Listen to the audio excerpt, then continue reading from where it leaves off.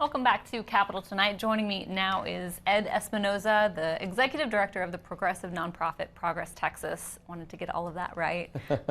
Also seen him here on the show filling in for our Democratic strategist Harold Cook from time to time.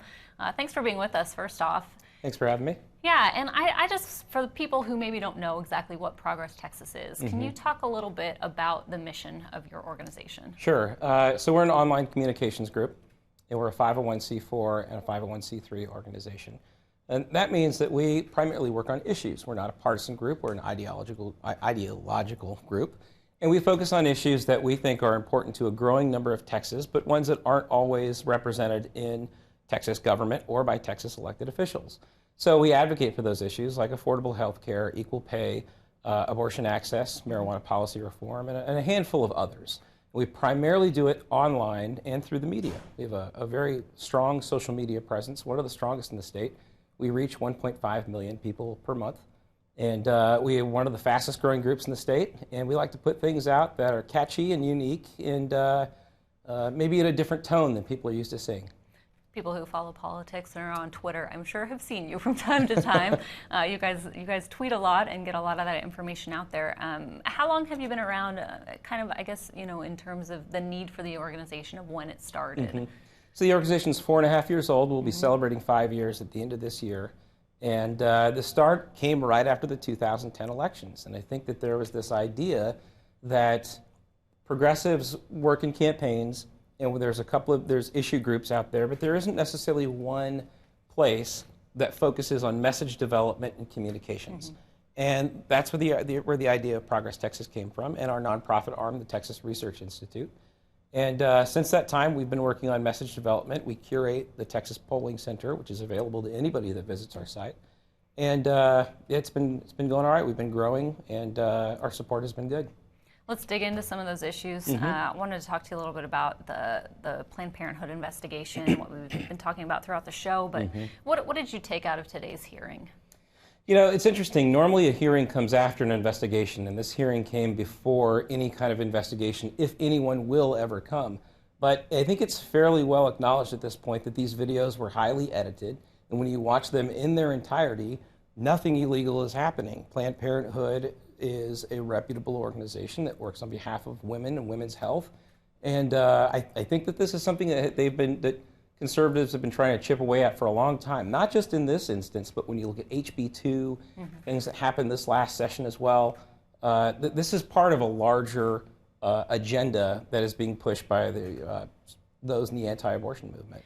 I know they submitted written testimony, but what's your response to Planned Parenthood not, they were invited but didn't show up to actually testify there? Right. Well, this is something that's been happening nationwide, and I think that Planned Parenthood's expertise for the officials that are based here in Texas, they aren't the ones who do this. They're the ones who actually provide the service to the women that come into the clinics, and I think that there are a lot of people that needed help today, and when there's work to do, you've got to put your emphasis where it's needed. What do you guys do to help Planned Parenthood moving forward in this, if you do?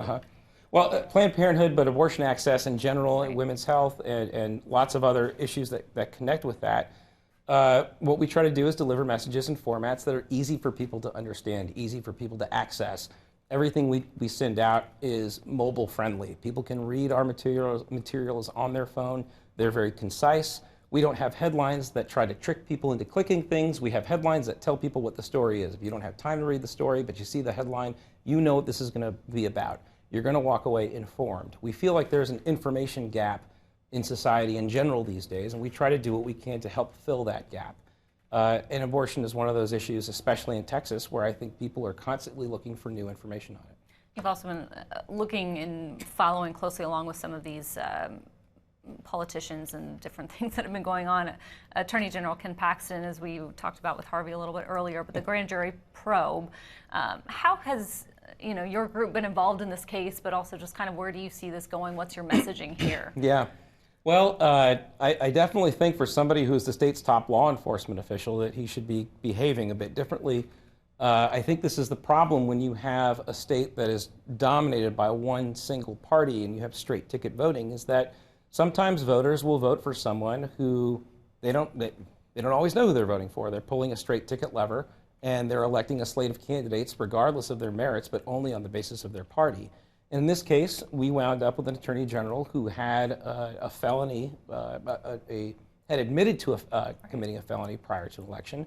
And now that has unraveled into bigger things, and I think it's a problem for him. Our role involved in that is not necessarily the opposition research, but it's more about just promoting what is happening, drawing attention to this, saying that this is not right, that there are elected officials that should adhere to a different standard, a better standard than the one that Ken Paxton is setting. And I think that it's our job to let people know about it.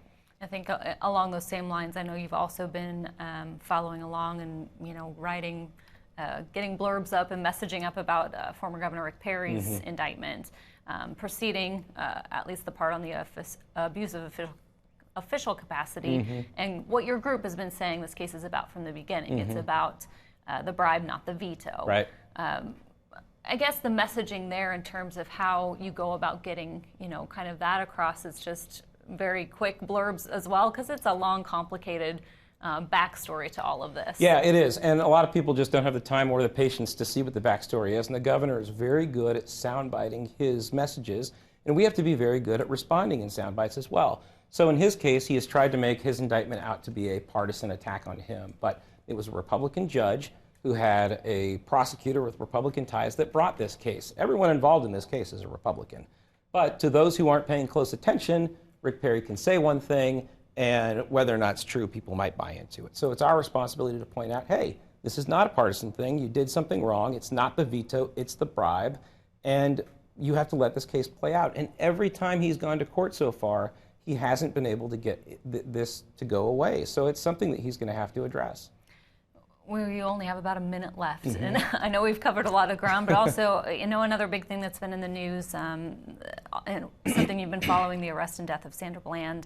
What do you make of that State House committee that's meeting tomorrow in terms of looking into how things can change here in the state and different legislation that could be put forward? Yeah, this is an example of a legislative committee doing something that may actually be productive. The case with Sandra Bland draws a lot of attention to our criminal justice system. It needs some reform. It needs some looking into. Clearly, there are officers out there who are not well trained. There are some that are, but there are many who are not. And this is a problem that needs to be looked into. And it's not just in Waller County, but we're seeing reports now out of El Paso County. I saw a report over the weekend that came out from East Texas. This is something that is looking like it may be systemic. And it needs to be looked into. It's a tough issue to talk about. Not everybody wants to come out and be in front on it, but it's issues like this that our organization needs to be able to come out and talk about and have these conversations, even when they are uncomfortable for some people, because they're important issues that need to be addressed. Yeah, it'll be interesting to see and hear what all is said in that committee hearing yesterday. Ed, we're out of time, but thank you so much for being with us. We appreciate it. We will be right back.